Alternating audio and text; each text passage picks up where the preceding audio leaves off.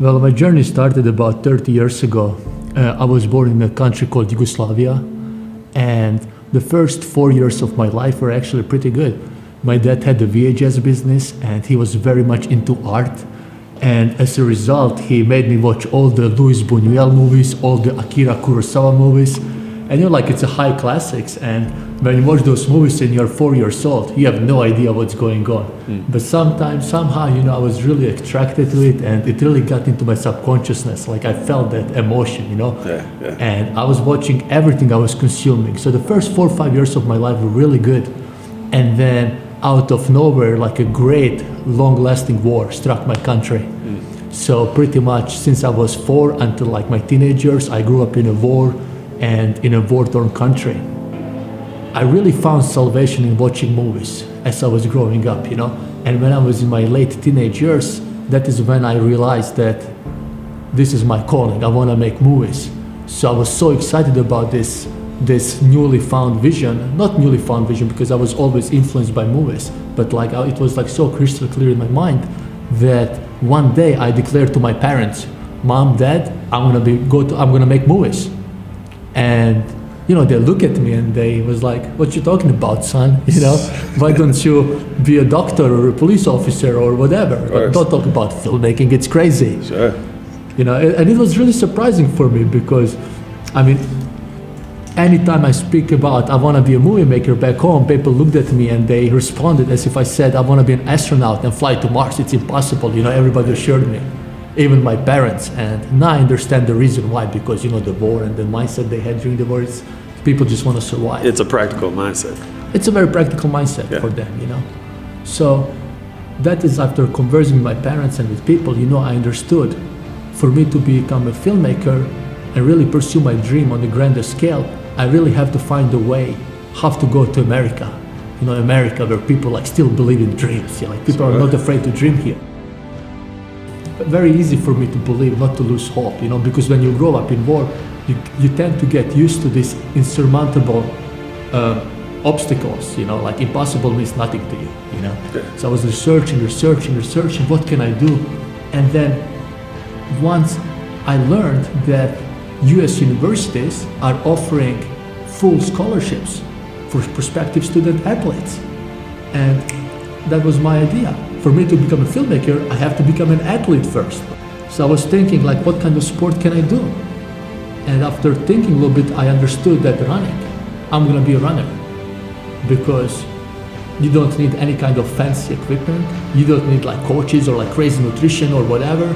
As long as you're crazy enough, you can just go out and run around the forest or around the block, It's sheer willpower. Exactly, sheer willpower and dedication.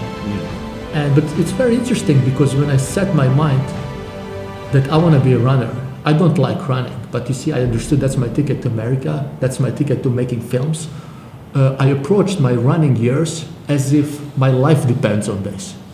It's not like I like it, I don't like it, or it's snowy, or it's 100 degrees outside. It doesn't matter. If I want to get to a certain level in my life, which I set out myself at the time, I don't care if it's 110 degrees. I don't care if it's 10 degrees and snowing or rainy or windy. I don't care if nobody's out there with me, no coach. I don't care. I'm going to do it and do it and do it. And as simple as that. It's as simple as that. When I got into running, I started learning about who are the best runners in the world, who are the fastest runners in like Michael Johnson, or Jeremy Warner. I look into their files because they were both Olympic champions in my distance. So I figured they both went to the university called Baylor in Texas, Baylor University, Waco, Texas. So, I don't have internet, so I go to an internet cafe and I find the coach's email and I read and I write him a very poorly constructed email on English that I never expected a response from. I told him who I am, this and that, the time I ran on 400-meter dash. Right. And he responded to me, and I have this email with me right now. He responded. It's amazing. And he said, I think you have a potential. I think you ran pretty fast times, considering you've been just running for 6 or 7 months. And we would like to have you here in Baylor, but we just don't have enough scholarship for this year anymore. So if you want to wait another year, we can put you in a full ride. But my desire was such that I don't really want to spend much time at home. I really want to get out. So it's very important for me to get a full scholarship and to get to America as soon as possible. And when I told him this, his answer was like, well, unfortunately, we cannot have you here then if you cannot wait another year. But if you would like us, I can put you in touch with another universities in America who are having the same running program or we have connections to, like affiliated with. Sure. And this was really out of blue when a coach from the University of Tulsa, it's a school in Oklahoma, Division I school in Oklahoma, they reached the Golden Hurricanes. He reached out to me, and I was like so surprised, and he was like ready to offer me full scholarship. He just said, I talked with the head coach of Baylor, he told me to give you a full ride. Simple as that. That was it. I have the email, it's crazy. And I had lots of headwind when I was a runner. Like I had lots of obstacles to conquer, It was like those 12 months I dedicated to running back home. It was an emotional roller coaster for me, I lost my mom out of nowhere, I remember my most important race. That was the decisive race, whether I'm gonna get a scholarship or not. And 2 weeks before that race, I was doing jumps in a workout and I completely twisted my ligaments on my left ankle. And I was devastated, I remember. The doctor came over, he took a look at my ankle, touched it, inspected it, whatnot. And I tell him, doctor, you have to fix me. I have 2 weeks to run. And he looks at me and says, 2 weeks. He says, if you're able to run if you're able to walk within the next 2 months, you should consider yourself lucky. That's what he told me.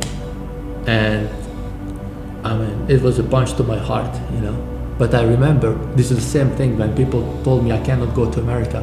So the same thing, instead of listening to the doctor, I didn't trust what he said. I didn't believe a single word he said. I went home that night, and as I said to you earlier, I elevated my leg in 90 degrees and I pressed my ankle. I pressed my feet, and I was talking to my ankle. I wanted to become a friend with my ankle. I wanted to convince my ankle, that we can do it. Like, come on, we invested so many months to this opportunity, it's not gonna come again. And these people are watching at me right now. So, 2-3 days later, I start jogging. It's painful. I can jog like 2-3 minutes. Then I go home and I ice it, I massage it. Like I put lotion on it. Again, I talk to the ankle. I don't sleep, I talk to the ankle. And then, believe it or not, and again, I have this visually documented, I ran 2 weeks later. I remember it was January 27th of 2005 or 2006. 2 weeks later I ran and I won that race. It was an indoor race, but I ran and I ran a personal record. I graduated from school. I graduated as one of the top of my class, bachelor's in accounting and economics. But I didn't come to America to be an accountant and to work in office. But I was like, I didn't come here to do that. I came here to do movies. And then I was like, that's just like that. One day after my graduation, I graduated May 11th, 2011, and May 12th I was in LA. I just came to LA the next day. And I didn't know anybody in LA. Like I find a girl, I was in Tulsa, I find a girl on Craigslist, and I was like, she was looking for a roommate in Hollywood. I was like, I would like to move in with you. So she was like, okay, I can reserve you the apartment. It's one thing when I told back home to people that I want to make movies and they didn't believe it. They didn't believe it's possible. But I was really surprised because when I came to LA and I said to people, I want to make a movie, let's make a movie, guys. Everybody was excited. I was like, let's do it, it's a good idea. But then the next day they came back to me and they asked me, well, how much money do you have? Who's your father? What kind of connections do you have? And when I said I don't have any of those, I just came to LA and nobody. They were like, forget it, don't even bother, you're not gonna make a movie. Because some people I remember some people went even as far as stating that making a movie, it's like one of the hardest and toughest things to do, Like they tell me sometimes even people like Brad Pitt can't make their own movie the way they want to because like so much things going on into making a single movie. It was surprising because I always thought in America people love to dream big and they execute on their dreams. But I was a little bit surprised, I have to tell you that, And I noticed that everybody in Starbucks or everybody, people write on their screenplays, people talk big, people talk they know everybody, people talk they're so driven and so hardworking, and people talk like they know they have connections everywhere. But at the end of the day, when it's time to execute, when it's time to show that actually what you have and what you know and what you can do, unfortunately, maybe I just had the bad luck, but most of the people I came across, they don't do nothing, they just talk. And this was a very big and great learning experience for me. Yeah. And that is when I decided, Tori, I don't want to be one of those people who talk. I don't.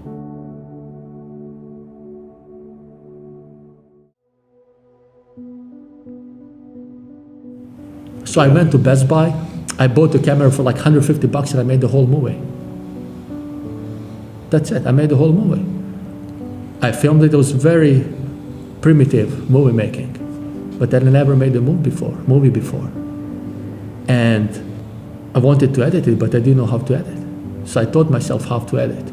I taught myself how to do sound design, how to do everything. And it took me some time, it took me several months, but I finished the movie and I look at the movie and that I assembled, and I'm so happy. I was like, wow, this looks great. This is a great movie. I love it. I was like, wow, people are gonna be blown away, but I don't want to show it to anybody. So I watched the movie again. I watched the movie the next day. For 1 week, I watched the movie every single day. After 1 week, I look at the movie that I created and I say to myself, this is a garbage. This is so bad. I cannot show this to anybody, But I learned so much from it. Just since you have such an inspiring story, what are 3 key pieces of advice you would give other people who currently have like a big dream and haven't gotten there yet or haven't started tackling it? Like, what would your 3 keys be to getting on that journey? Reasons beyond understanding. I was born in a war. I'm gonna turn that into my biggest advantage. I learned that everything in life is about perspectives. If war was given to me, cool, I'll make the best out of it. So I learned that really the human mind, that each one of our brain is built to do wonders. Everything else is just an excuse, if you think about it. Number one thing, I think, is a vision. You have to have a clear vision. If I don't have a clear vision that I want to make a movie or what kind of movie I want to make, I'm not going to have the power to learn, to run with torn ligaments. I'm not going to have the courage to go in that neighborhood. I'm not going to have the courage to come to America by myself with no English. So vision is what helped me a lot. Vision. Yeah. The second thing I would say is self-expression. Know what you want to do, but it's not enough to know what you want to do. Know it in as much details as possible, because the deeper you can dig down, deep in your soul, and figure out who you are as a person, what are your strengths, what are your disadvantages, weaknesses, everything. The more you know about it, the more when you communicate to another person, they're gonna see you more clearer who are you as a person. So sometimes the words, they are not important, but they see you. As I said earlier, sometimes these people don't understand what I'm saying, but they see the energy and they wanna be part of it. And as for the third thing, I would say, just keep going, just don't give up. You can't give up. And I know it sounds very easy and cheesy and everything. Everybody says, don't give up. Sure. And everybody says, I'm never gonna give up. It sounds so easy, but it's so hard to do. Yeah. So have a vision, number 1. Know who you are, number 2, and just keep going. Just keep going, because life is so short. You're gonna be like 50, 60 years old, and you don't wanna be one of those people like you're 60 years old and then you're regretting all your missed opportunities. Just keep going.